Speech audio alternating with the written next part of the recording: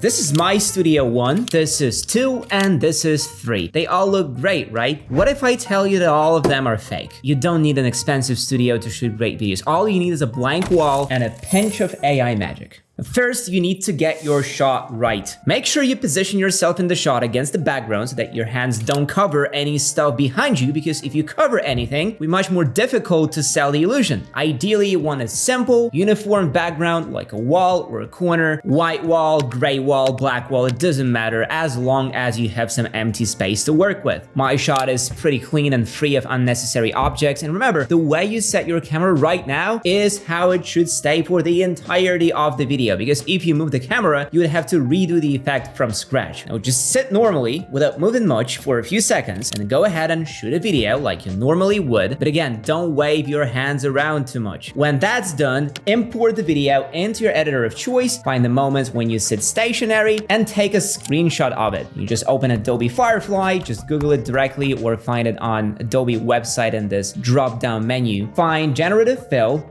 and fire it up. And I'm just gonna say it right off the bat, if you don't have a subscription to Adobe services, you'd see a small watermark in all of your generated images. This is not a big deal since you can easily mask it out later. All right, so upload the screenshot to Firefly and you're good to go. On the left-hand side, we see 3 features: insert, remove, the name speaks for itself, and pan to move the image around and fill in the empty parts. At the bottom, there are buttons to change the behavior of the brush settings, and a button to delete the background. And that's it. So just pick insert and start drawing over the image where you want an object to be. I think I'm gonna go for a lamp somewhere here. Once I'm done drawing, a prompt window appears, and here I just type floor lamp. In the settings menu, we need to change shape treatment, freeform or conform. Conform means that AI will draw only within the selected area. So if your shot has some space to spare, I recommend going for the freeform so that the elements would be placed more naturally. As for the preserve content and guidance strength, these two let you choose how much of the original image you want to preserve and how closely the AI should follow your prompt. Now, I must warn you here, 9 times out of 10, you will see some wacky stuff. Obviously, it all depends on your prompt and your shot, but you might have to regenerate the fill at least a few times. And if there are some unwanted objects in your shot, you can easily select them and replace with something new or just erase entirely. In my case, I'm gonna make this wiring a bit more stylish by adding a plant. What's really impressive is how good Firefly is at understanding the environment of the image. It even added the shadows for this little plant that are accurate to the shadows coming from that lamp we added a minute ago. This is really impressive. And the blur, all elements are blurred correctly, which is even more impressive. With AI this good, you have no excuses to not make videos. No studio, use AI. No camera, create an AI avatar. And by the way, a video about this is coming out real soon. The only hurdle that you still have to overcome is the creative vacuum. Sometimes it's just too hard to find ideas. Most people, when they start their YouTube channel, treat it like their hobby, their side project, hoping that it would make them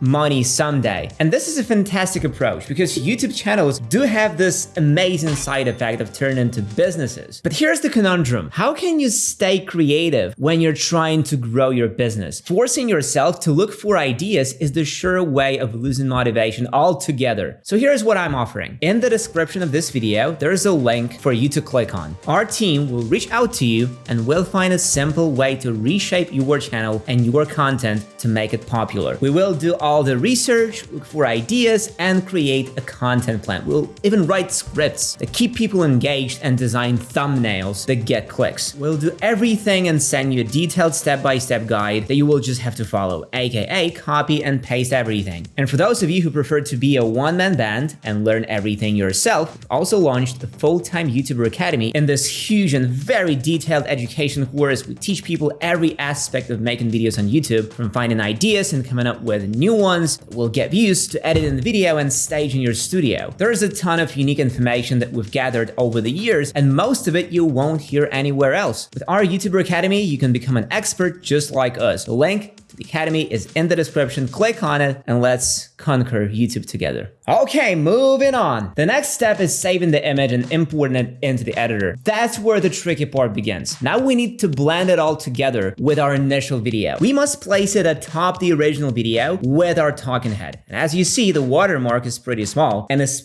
perfectly located in the corner where we don't have anything important. Now, all we need to do is select the mask tool and mask everything we want to take from our newly generated image. It may take a while to precisely position all the points. In some apps, you might need to invert the mask to make things work, but overall, in just a minute, you can get a video with a new background. If you're good with editing, you can probably do some sort of a mask with tracking, but that's really not necessary. If you did everything like I said and didn't move around too much, you should be fine with a simple mask. If you want, you can also adjust the colors of the video to make it all blend better. I want to make the plant a bit less saturated. I will add the adjustment layer, select the area, and lower the saturation. Let's add a small vignette and boom, we're done. Honestly, I can't believe how good it all looks. In less than 10 minutes, we took a video with an empty background and made it 10 times more interesting. And check this out. Here I have a video of me sitting at the table and we're gonna expand the shot, make it even wider, all using AI. However, you also need to keep a few things in mind. One, if you are standing in the shot, the original source video should show you in full so that no body parts disappear from the shot. AI can't add you a foot if it's not in the shot. Well, it can, but it won't look realistic. And two, try to cover the bottom of the shot with a table of sorts. This way AI won't have to draw your legs and mess things up. And now we repeat the first step one to one. We find a good shot, we export it as a screenshot, then we import the screenshot into Photoshop. There are free AI image expanding tools, but I found Photoshop to be the best. Okay, let's start by changing the canvas size, image,